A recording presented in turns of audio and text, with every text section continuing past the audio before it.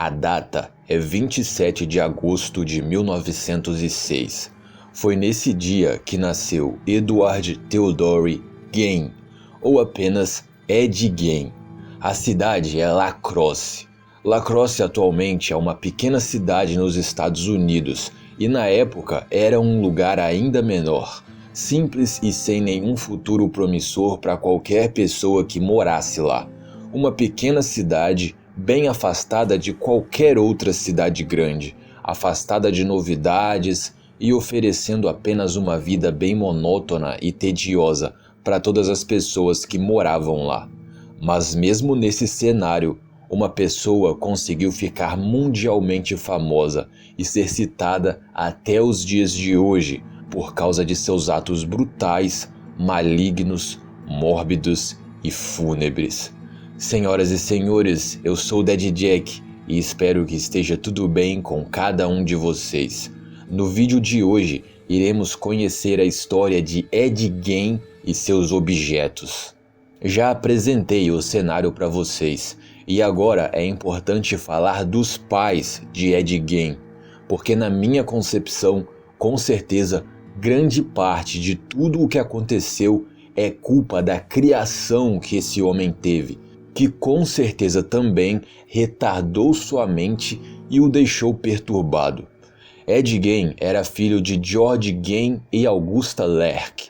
George Gain, o pai, era um completo alcoólatra que batia nos filhos e vivia desempregado, um péssimo exemplo paterno. Augusta Lerck, a mãe, era uma lunática religiosa, daquelas pessoas cegas e fanáticas ao extremo. Para vocês terem ideia, ela não se separava do marido violento e viciado porque acreditava que divórcio era algo errado aos olhos de Deus. Mas isso nem é o pior. Ela sempre implantou na cabeça dos filhos, desde cedo, que todas as pessoas eram pecadoras, principalmente as mulheres, que eram todas prostitutas. Sendo assim, Augusta criava os filhos de maneira totalmente isolada da sociedade. Eles meio que moravam numa pequena fazenda ou uma roça, um lugar bem rural, e o único contato que os dois irmãos tinham com o mundo exterior era indo para a escola. Mas mesmo assim, a mãe deixava expressamente proibido que os dois irmãos fizessem amizade com qualquer pessoa, principalmente se fossem meninas. E a coisa era ainda mais rígida com Ed Gain, que era o caçula. Dizem que Ed Gain às vezes deixava trejeitos meio afeminados escaparem, o que acabava fazendo o garoto, que era obviamente bem tímido e não sabia se relacionar com as pessoas, sofrer bullying ainda por cima. De escola para casa, de casa para escola. E na pequena fazenda, Ed Gain e o irmão cuidavam dos poucos animais, roçavam os pastos, pescavam, caçavam. E fora os estudos, os trabalhos domésticos e os trabalhos na fazenda, a única diversão dos dois irmãos era ler a Bíblia com a mãe, diversas e repetidas vezes, principalmente as partes que falavam de pecados, castigos e esse tipo de coisa. E bem, Ed Gain obviamente cresceu isolado, tímido, de poucas palavras quando precisava aparecer na cidade e esse tipo de coisa, mas ninguém ligava para ele. Quando Ed Gain já estava com seus 34 anos, seu pai morreu em 1940, vítima de um ataque cardíaco. 4 anos depois, em 1944, o irmão mais velho, o Henry, morreu num incêndio muito estranho. Até hoje se discute se o homem morreu mesmo asfixiado pela fumaça do incêndio ou se morreu asfixiado pelo próprio Ed Gain. E enfim, mais um ano depois, em 1945, a mãe de Ed Gain também morre. E agora sim, aquele homem que cresceu de maneira toda torta, sem saber se relacionar direito com outras pessoas, sem saber viver em sociedade, estava completamente sozinho e isolado. Mas, apesar disso, Ed até ganhou certa liberdade com a morte da mãe. Foi depois da morte dela que ele passou a poder ler outros tipos de coisa que não fossem uma Bíblia. Por exemplo, ele desenvolveu um gosto pela leitura de contos de terror e aventura. Também às vezes fazia passeios pela cidade, onde frequentemente era visto em cemitérios. Esse talvez seja o primeiro detalhe que finalmente começou a chamar a atenção das pessoas. Afinal, não é comum que alguém fique frequentemente visitando cemitérios, e não apenas um ou outro, mas vários. Ed Gein era o estranho da cidade, mas como eu já disse, ninguém ligava para ele.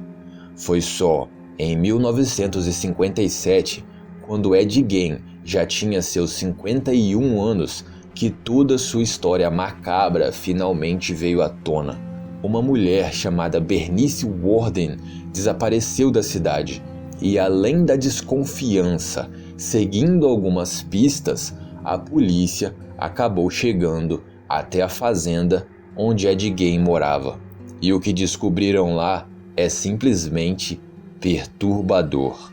Sente-se da cadeira e segure firme, porque agora eu finalmente vou listar os objetos que a polícia achou na casa. Os objetos de Ed Gein.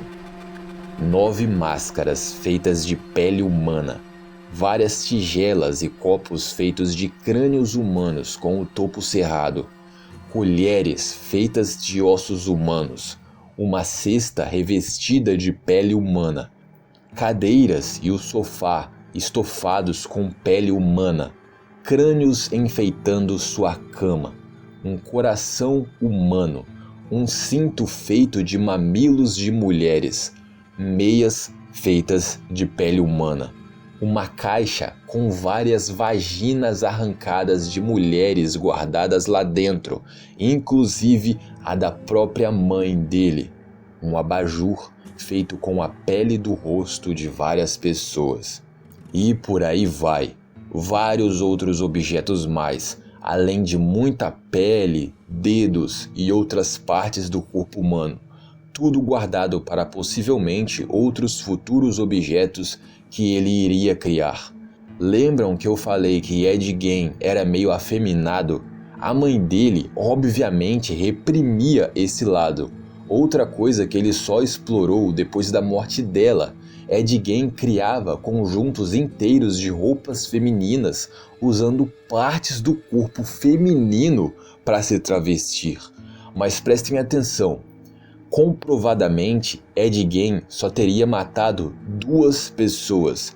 Ele era mais um ladrão de cadáveres do que um assassino, e por isso que ele frequentava tanto os cemitérios. Enfim, Ed Gein foi a julgamento e eu não preciso nem dizer que ele foi diagnosticado como louco, correto? Óbvio que foi uma decisão correta, que pena que não descobriram isso mais cedo, mas, sinceramente, eu acho que tão ou mais culpada do que o próprio Ed Gein é a mãe dele. Todas essas loucuras, traumas, adversidades do cérebro, elas têm uma origem. Eu não sou nenhum especialista, mas com o meu humilde conhecimento sobre o assunto, eu diria que toda essa coisa de Ed Gein querer se vestir com pele humana é justamente pela falta de contato humano que ele teve durante a sua vida. É estranho, bizarro e extremo. Isso não justifica o que ele fez, mas talvez explique o porquê ele fez. Ed Gein morreu aos 78 anos de idade em 1984, devido a uma falha cardíaca, ainda internado num hospital psiquiátrico. A lápide dele foi vandalizada, pichada e quebrada ao longo dos anos. Foi até mesmo roubada e recuperada nos anos 2000. E depois disso, a lápide fica num museu nos Estados Unidos. A história de Ed Gein inspirou diversos personagens nos cinemas e até mesmo nos animes e mangás, além de também ser citado em músicas. Acho que as inspirações mais famosas são o Leatherface, de O Massacre da Serra Elétrica, e Norman Bates, de Psicose. Muito obrigado por assistir, espero que vocês tenham gostado do vídeo. Até a próxima, valeu, fui!